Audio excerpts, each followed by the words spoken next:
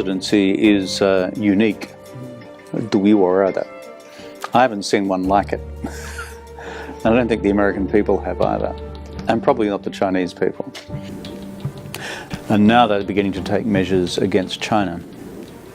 So what can be done about it by people like us? Several decades ago, when you're still a 小路, not a 老路, when you're young, you were in China and you met some Chinese like political and business leaders. And now you met a new generation of Chinese business leaders. What do you see in these Chinese entrepreneurs? What I discover in China each time I go is a greater sense of creativity. And that is young entrepreneurs, middle-aged entrepreneurs, thinking in new ways about how to build a business. It's not just about technology. It's not just about new innovations. It's also about how you deliver services to the Chinese domestic market and then to the international market. So this is a good development. It takes quite a lot of time, but I think China's making some progress. But it's important for these young entrepreneurs to also understand what the global market is like. And it's sometimes quite different to the Chinese domestic market. Back to like 30 years ago, we cannot imagine a Chinese businessman to speak on an international stage, but now we have like Jack Ma and others. You and Jack Ma are good friends, so what do you talk about usually when you are together with him? Does he advise your daughter on how to do business? I don't think so. Well, I think Jack Ma has done a great job in building a business out of nothing. It takes a lot of enterprise to have nothing and then to build something and then to build something very big. And that's why I appreciate Jack's work. Also, he's a human being. He tells a story about when he first learned to speak English, and he had a pen friend in Australia. And so he went and stayed with his pen friend, I think, for several months in Newcastle. And that really helped him with his English. But the interesting thing is that since that time, every year, Jack invites that man's family to Hangzhou for a week's holiday. And he's done that ever since he's had the money to do it. Yeah. So I think that displays a very good set of Confucian values. And now he has a scholarship dedicated to the family. Yeah. Named by the family. I know your daughter is doing business in China. When he went there, do you give her advice on how to do business? What did you tell her? No, absolutely not, because I'm not a businessman. And my wife is. She's very smart, much smarter than I am. And she has developed a business since she was in her 20s. So my wife and my daughter, they talk business all the time. And my wife has spent a long time living in China. So the secret of the brains in our family is the women, okay? Not the guys like me. In terms of how to deal with Chinese people, what do you tell? Because I saw your daughter is doing very good in China, actually. So maybe she learned something from you. No, she does it all herself. I've never approved a single script of hers. In dealing with Chinese people, I mean, our simple approach as a family has always been just be very friendly, very polite, and just be honest, which is, we're good at this product is fine, this approach is okay, this policy is a good policy, in the case of governments. Because trust is a very rare thing, and you cannot abuse trust. So the only thing I've ever said to my daughter is, you must look after your customers, because they put some trust in you, and therefore you've got to return that trust.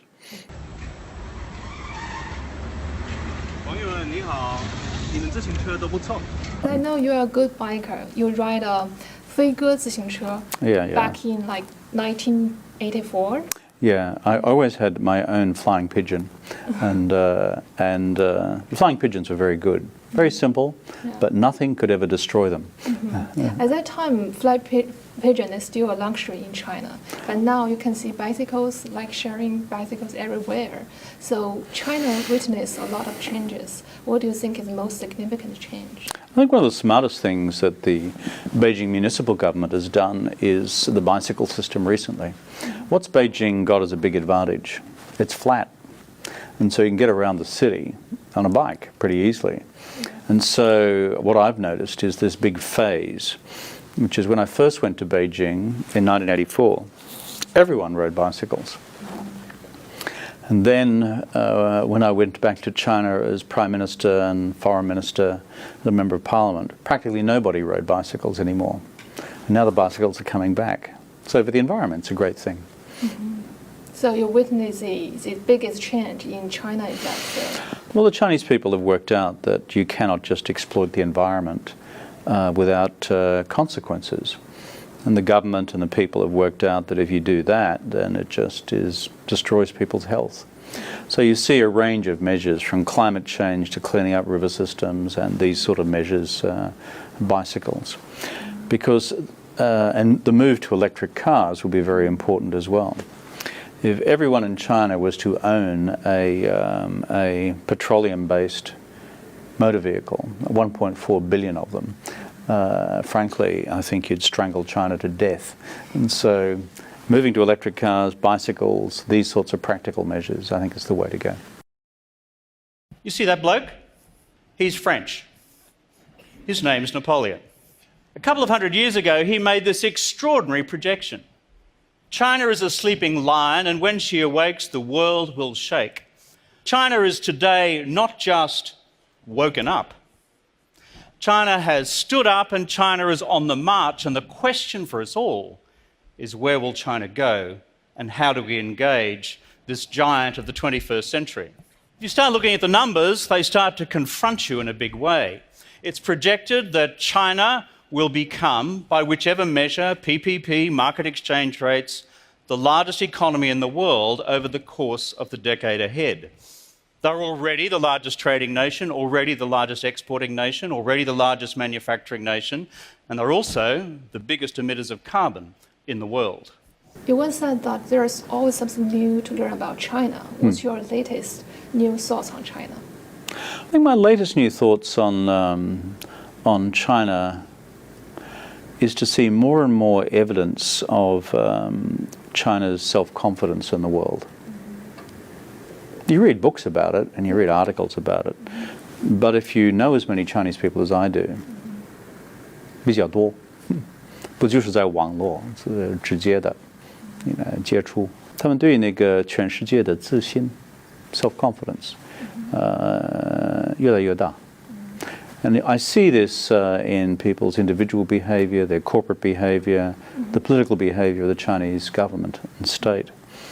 So I think what I see most is this growing self-confidence as China, having opened the doors in 1978, having reformed the economy through the 80s and 90s, and then having 走出去 after that.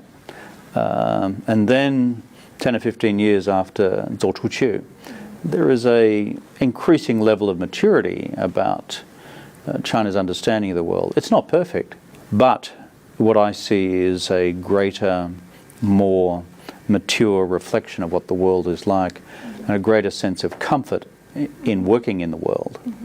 Like in your job, you wouldn't be doing this in New York 20 years ago, would you? True. Okay, so you're an example of this. But what do you think the confidence come from? Because for a long time, Western scholars always think that Chinese people regard themselves as a victim instead of very competent in the world stage. I think... is it because of economy or culture or something else? Well, I think one of the good things about Chinese culture is you have this whole emphasis on 谦虚, modesty and humility. This is not often the biggest strength in the United States. You know that, I know that, and hopefully the Americans won't hear this, so that'll be fine.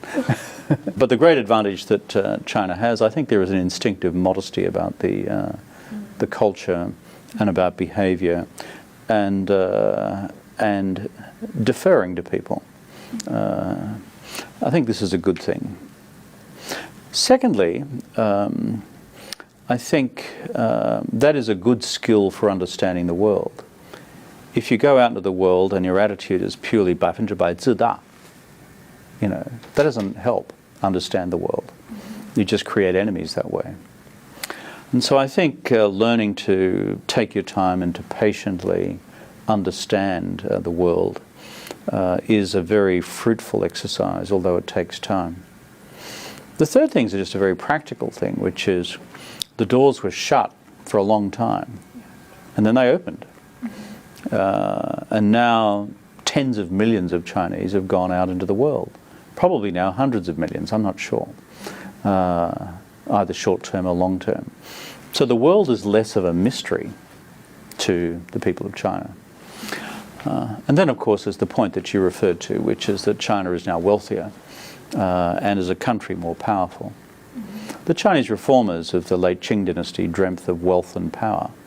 If you look at the traditional reformers of Yan Fu and Tan Tong and Liang Qichao and that whole period, even Kang Youwei, in the 1890s, prior to the Xinhai Geming, they always dreamt of how China could obtain wealth and power to deal with the young ren, Yapian Zhanzheng Dengdeng. So that was in the 1890s. 100 years later, wealth and power has arrived. And so I think Chinese people sense that, and that also enables them to be more confident in the world. Even though, as you know and I know, China still has stacks of problems. Chinese leadership knows that as well. You travel to China a lot of times, and now you live in New York, so you know China, you know U.S. very well.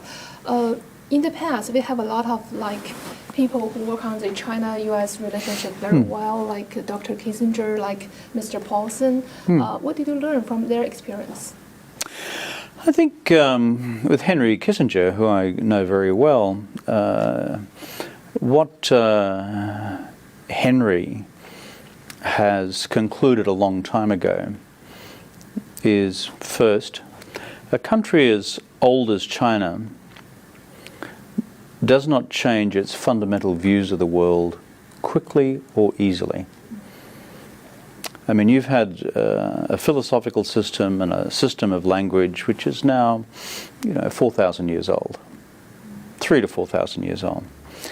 And so, as a result, you have a deeply entrenched view of the world and a view of yourself.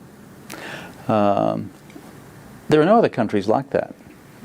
There are no other countries which are big modern countries which are simultaneously ancient countries. Perhaps Iran or Persia comes closest in terms of continuity. So that's the one thing which Henry emphasizes. I think the second thing is if you're going to try and help US-China relations, it's best to do it quietly. It's a very good principle. It's very easy in politics and in international relations to 说大话。说大话很容易，但是最困难的一件事就是解决好具体的问题，后来不说。That, I think, is a very clever approach from Henry. As for Hank, who I know as well, and so he has had a different perspective to Henry's, who has always been a foreign policy, national security guy. But what Hank has seen is the evolution of the Chinese entrepreneurial mind. And so he is constantly encouraged by what China has achieved in its economy. And so I listen to both of them a lot, and I'm privileged to count both of them as friends. Just now you mentioned Paulson's difference from Dr. Kissinger. What's your difference from them two? I'm an Australian. That's a pretty obvious difference. And I have no illusions about my importance in the world. At the end of the day, I am a former Prime Minister of one G20 country. These guys were respectively Secretary of State and Secretary of the Treasury for the largest country in the world. And so these guys carry a lot of influence. So I don't see myself in their league at all. You once joked about Australians are good at bring the drinks. You provide a suggestion, go and get a drink. Just as you mentioned, China has a long history, and the U.S. is the most powerful country in the world. So how do you make sure that your suggestions are more likely to be taken and more operational? Well, at the end of the day, you can't guarantee that because governments are governments. I have run my own government in the past, and governments ultimately make up their own minds. I think the key to successfully advising a government is to explain carefully your understanding of the interests of China and the interests of the United States. The interests of China as seen through Chinese eyes, but interestingly, the interests of China as seen through American eyes. And sometimes they're not the same thing. And by the same logic, it's important to explain to the Chinese American interests as the Americans see them. So, I think half the battle is in removing this problem of perceptions. Some of them are objective difficulties, where it's not a problem of language and culture. I agree with you that you are in a great place to talk to both sides in a way. But you're Sometimes. But you're not a Chinese, not America. You can see it. 100%大鼻子，不算是中国人。 Have you ever come across a situation where you have like an outsider dilemma or like a trust crisis? The outsider dilemma. Well, Australians generally have an outsider dilemma because we're the only Western country in Asia. And so we're kind of used to this outsider dilemma. Oh, there's New Zealand too. But as a result, we're used to being the odd man out or the odd man in, if you know what I mean. I think the key, there's one advantage in being an Australian in Asia relative to other Westerners. And that is, in our region, the Asia-Pacific region, we recognise the fact that there are much bigger, more powerful, and certainly more ancient cultures and civilizations than ours. Therefore, that places a burden of responsibility on us to understand these other cultures, to understand China from the inside, to understand Japan from the inside, as opposed to just thinking that these are expressions of Western thinking. The West is a relatively new idea, last 500 years. Most of these cultures and civilizations have been around for 1,000, 1,500, 2,000, 2,500, 3,000 plus. So as Australians, I can't say that we are naturally Chinchu, but we understand that we are new kids on the block, and we understand that we are smaller kids on the block. So therefore we make it our business to understand great powers, whether it's the Americans or you guys. So does that give us an advantage? Sometimes. Is that an outsider's dilemma? I think it's an outsider's advantage, actually. Let's talk about an individual case. For example, recently Donald Trump calls for China IP review, and we got the Chinese response. On this case, what do you think? What did you do? What are you going to do to help the two? Well, the Trump presidency is unique. I haven't seen one like it. I don't think the American people have either, and probably not the Chinese people. Secondly, it's a deeply protectionist government. And they said that before they were elected. They're going to protect American industry against foreign firms, particularly Chinese firms. And since the election, they've done that. They announced the abolition of the TPP before they even started. And now they're beginning to take measures against China. So what can be done about it by people like us? The argument I always put is, never forget, all of us, how we have benefited from open trade and open investment rules. Asia, including China, 30 years ago, while not poor, was certainly not rich. The big thing that's changed it is the whole wealth that has come through open trade and investment between the countries of the region and between the region and the United States, between the region and Europe. So people often forget this, that in decades past, our part of the world was not all that prosperous. But But it's prosperous now because of open lines of commerce and investment and trade and business and technology flows and capital flows.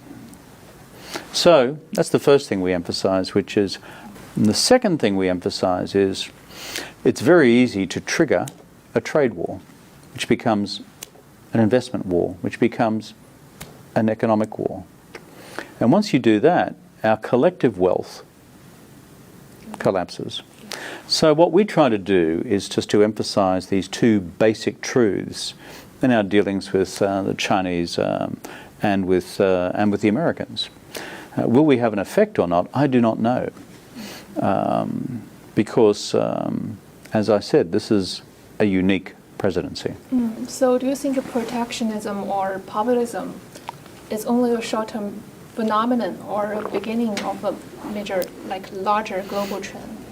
My attitude is not one of making broad predictions, partly because I'm still, if you like, a political activist, which is I want to see changes in a positive direction.